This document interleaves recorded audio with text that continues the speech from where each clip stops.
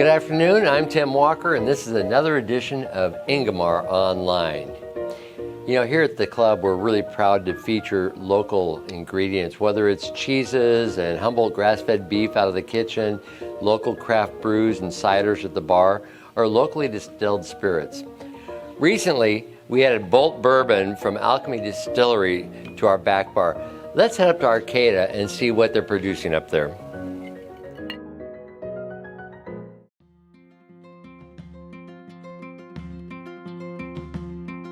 All right, am I in the back cave? Where am I? No, actually I'm in a warehouse in Arcata, and I'm visiting with Steve and Amy of Alchemy Distillery. Thank you guys for spending some time with me this afternoon.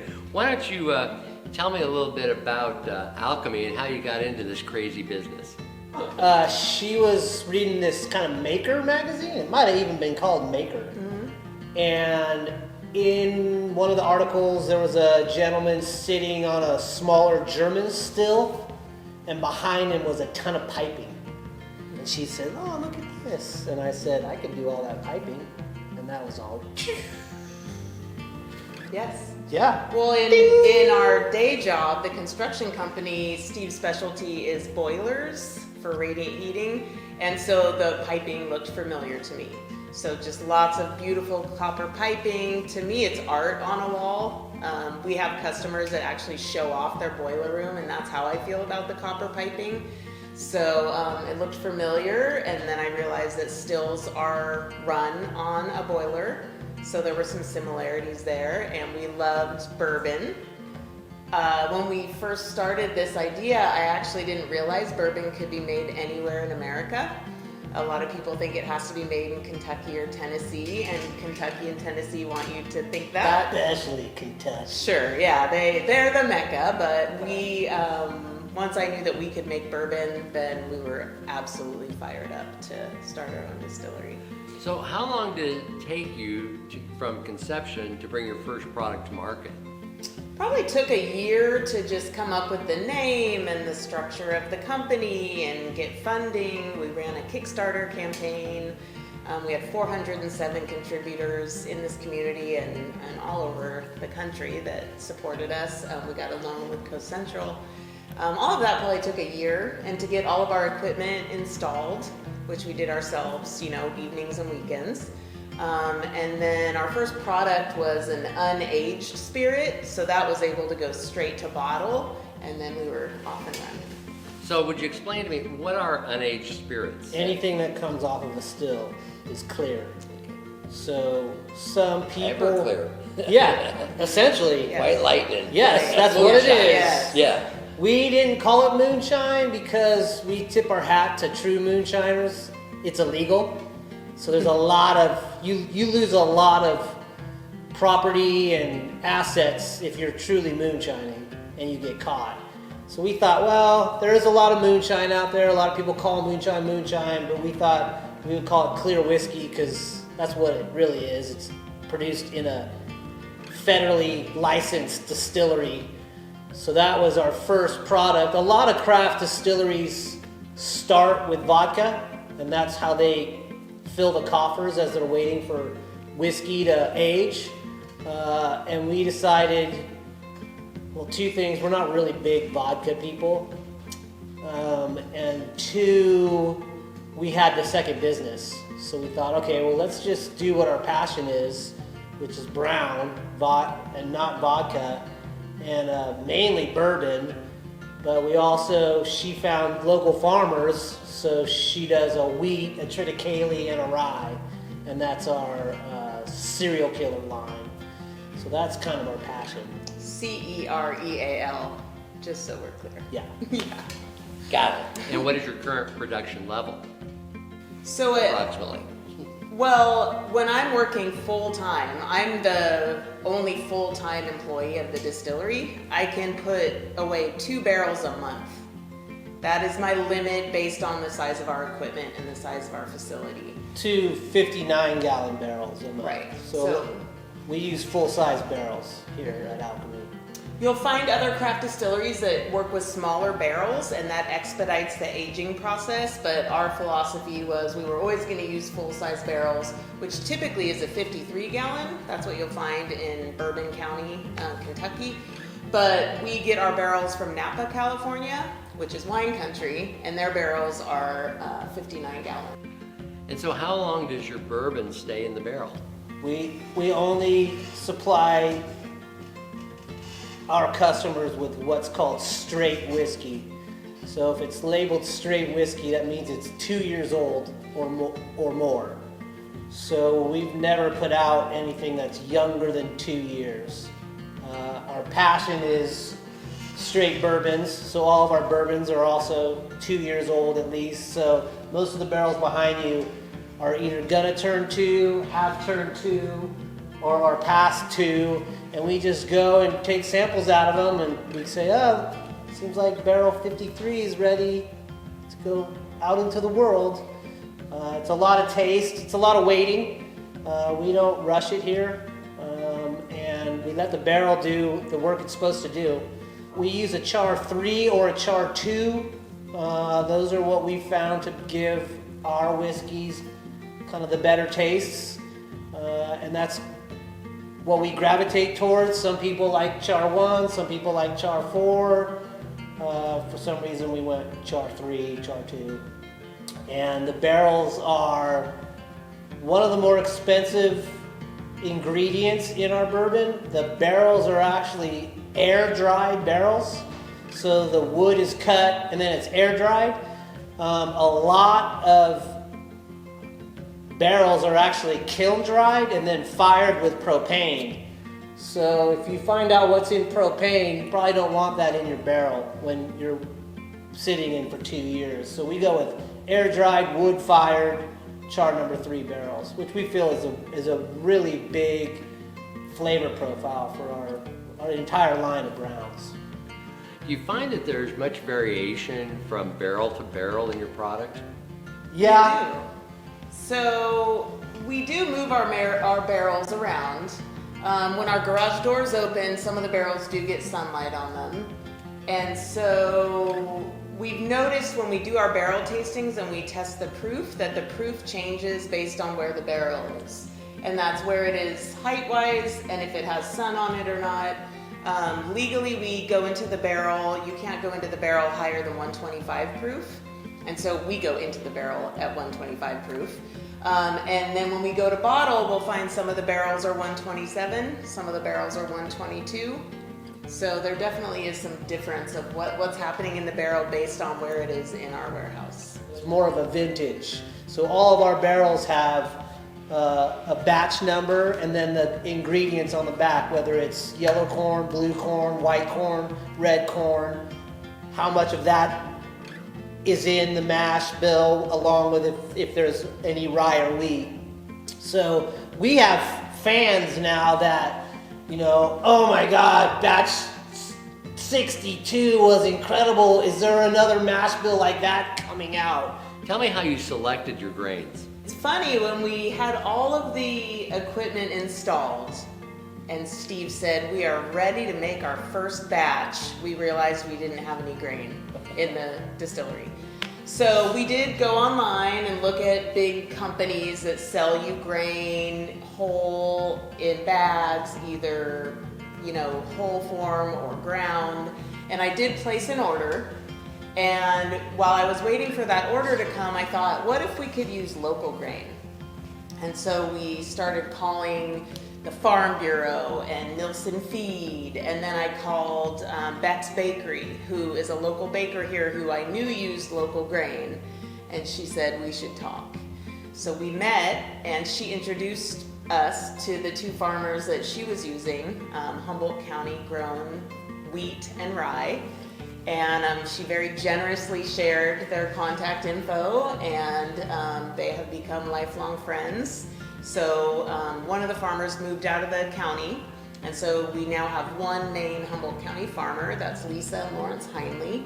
They actually own the tractor repair shop in Ferndale, and are great community members, and then on weekends they go to their property in Honeydew, which is less than 80 miles from here, and it's their passion project. So they grow several varietals of wheat and rye for us. We've never been able to source corn in Humboldt County. There's corn grown here, but it's for silage, for animal feed, where the farmer chops up the entire plant. And that wouldn't work for us. No one here had a silo to bring the moisture content of the kernels down. And so we do go to Woodland, California for our corn. It is all certified organic and certified non-GMO. And so that's our grain program: local wheat, local rye, and then corn from the valley. Well, why don't you tell me about what grains you're using to go into your mash? Sure, so these are all of the grains that we've used to date.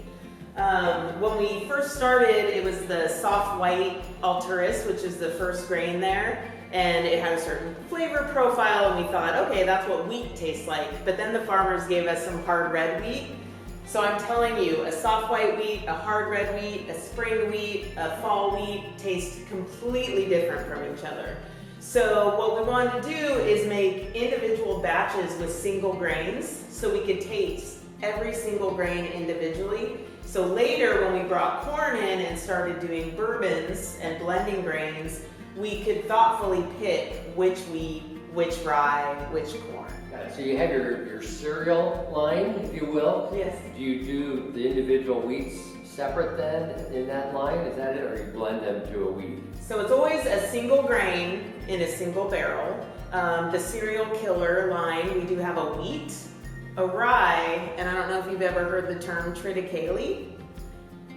So triticale is a hybrid of wheat and rye. Okay. And so it's got the sweetness from the wheat and the pepperiness of the rye, and we really are fans of that. That was grown in Lake County by a farmer, Teal Love. And so that's our cereal killer line, 3 individual grains. We mill the grain the day that we're going to cook the whiskey, and it's absolutely fresh, and we feel like it makes a real difference in the finished product. So where's the grain go from here? Right next to us is our roller mill. So here we take fresh grain. They were ready to do our mash in the cooker, which is over at the distillery. Grain goes in the top. We have 2 sets of stainless roller mills. They're set at increments to accept either large bits of corn or smaller bits of rye, wheat.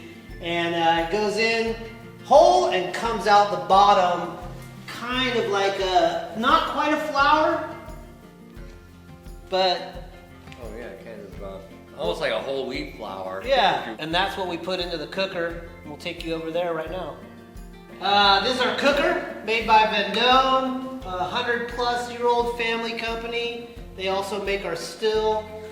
They are both powered by our workhorse here, our Hearst boiler, also American-made. It's a 15 PSI, 10 horsepower boiler. She sends steam into a coil that's inside the cooker. 300 gallons of water, 500 gallons of grain. We heat it up. It sits at a certain temperature. Amy adds enzymes, which would help with our starch conversion. Once agitation has got the yeast mixed into the mash, we open this valve, hook a hose to the bottom. It goes to a mash pump, and from the mash pump, we pump into the fermenter. So what we do is 3 cooks 3 days in a row. So we'll do a cook. Like Steve said, we'll pump it into a fermenter, and that will sit 3 to 5 days. It really depends on the mash bill and the time of year that we're distilling. The next day we'll just cook another batch, put it in this fermenter. The 3rd day, cook a batch, put it in the 3rd fermenter. Then 1 day at a time, we'll pump these into the pot still.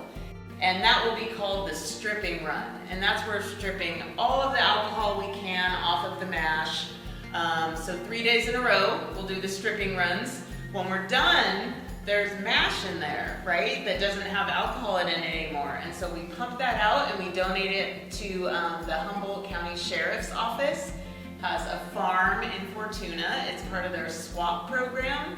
It's for nonviolent offenders. Instead of serving time, they get to work on this farm. And to date, we've donated over 40,000 gallons of spent mash to local pig farmers. So because the cooks and the ferments are 1 day apart, the stripping runs are going to be 1 day apart. So 1 day at a time, we're going to pump the ferment into the pot still, and we're going to do what's called a stripping run. And that's where we're stripping all of the alcohol that we can off of that fermentation. What's left in the pot is just going to be grain and water and a little bit of yeast, and that's what goes to the pig farmers. And so we do that 3 days in a row. We'll get enough alcohol to fill the pot still again with just stripping run spirit, and that's when we do a spirit run. So after the stripping run, we've got around 200 gallons of stripping run. We do what's called a spirit run, and that's where we do what are called cuts.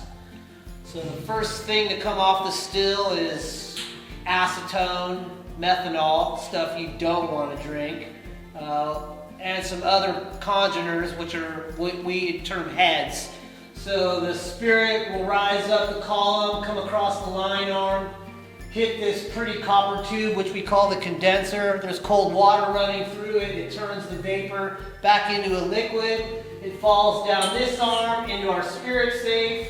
Inside the spirit safe, we have a hydrometer constantly checking ABV, and we're able to take tests of the alcohol that's coming out.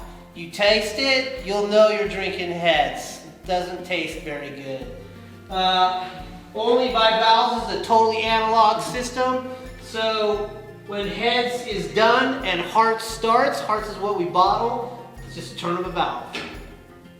Heads is open, or heads is shut, hearts is open. Alcohol that's coming off the still now is going into the hearts container. Towards the very end of hearts is what we call tails. Tails are these kind of fatty acids that are inherent in the distillate, and they actually add some nice flavor and mouthfeel to the barrel-aged products, but they also are what give you hangover. So cheap whiskey, cheap vodka, cheap anything, they're going to go deeper into tails because they get more product, and if they're selling it in a plastic bottle for $9.99, they don't care if you get a hangover. We do very conservative cuts. We don't go very deep into tails at all. We'll go deep into tails enough for taste, again, off of this, and kind of from experience of what we get in the barrels. And that's pretty much distillation in a fast nutshell. This will be proofed down and bottled as clear whiskey, 100% rye clear whiskey. How much proof? We proof it down to 96. Our aged spirits are proofed down to 101. So this is our complete line of spirits to date, in order that we've released these products. So our very first is that clear whiskey that we just showed you in the holding tank, 100% rye, comes off the still clear as water. People love it. We keep making it because they keep buying it. So it's, some people really like it straight over ice. I prefer it in a recipe in lieu of vodka or tequila. You use the clear whiskey as a mixer. The next product that we made was our barrel-aged Geneva style gin. So distilleries that make a vodka will make a batch of vodka, add botanicals, and voila, it's gin.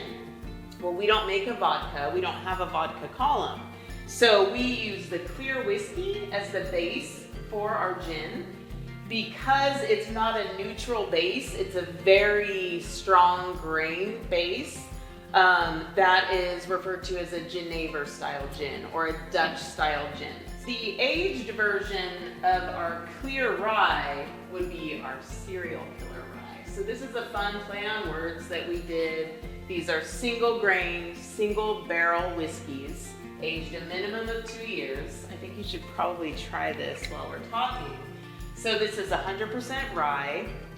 This is actually our barrel strength that we don't usually sell in bottles, we just do tastes. So this is 124 proof. Whoa. So enjoy that. And then when you do it in commercial production, what's your proof on the market? 101. That's a nod to Wild Turkey, who we're big fans of. They have their 101 whiskey whiskey and also the highway that gets you all here. That's so nice. I think I'll just turn the video over to you guys. All right, it was great seeing you. What else do we have here? There's another serial killer. Yes, so they have the same labels, but if you look closely, one is rye, one is wheat, and one is triticale, which is that rye-wheat hybrid we talked about before. So this is our bourbon label. On the back of our bourbon label, we always tell you the exact mash bill. So this is batch 37, and the mash bill is 65% corn, 35% rye. And if you ever want to know which corn or which rye, we get messaged a lot. I'm happy to tell you exactly what's in there. So it's not like the winemaker that blends Merlot with Cabernet to give it a little more mouthfeel and roundness. You just do whatever you feel like doing from time to time. That's pretty much right, yeah. That's awesome. Speaking of which, we thought, let's make a barrel-aged cocktail. So we took our bourbon, we used Via Sweet Vermouth, which I'm sure you have behind the bar. It's a small batch, wonderful vermouth. They make a sweet and a dry, Quaddy Winery down in Southern California.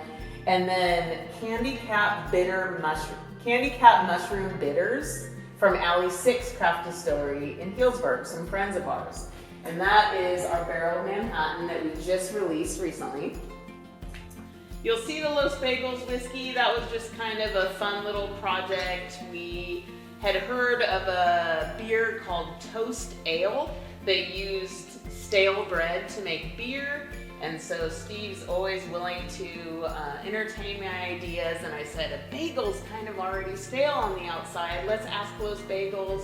Dennis said, let's give it a try. We used their day-old bagels they couldn't sell and ground them up. Our same recipe with water and yeast, made a whiskey. That was just kind of a fun little project. And then our last spirit was absinthe. We used wine from Parducci Winery in Ukiah. We took it over to Wrangletown Cider, a woman-owned cider company here in Arcata. She fermented it for us. We added botanicals. We were happy to get that green color to make it an absinthe vert. And boy, that bottle lasted you a really long time. A spritz of absinthe or a drop of absinthe swirled in your glass is all you need for a cocktail. Well, I want to thank you both, Steve, Amy. Thanks for giving me the grand tour of Alchemy Distillery and sharing some of your wonderful products. You know, we have the Bolt Bourbon on the back bar at the club, so why don't you come by and have Raymond make you a specialty cocktail with that real soon. And this is Ingomar Online on the road at Alchemy Distillery in Arcata. We'll be back talking to you again soon.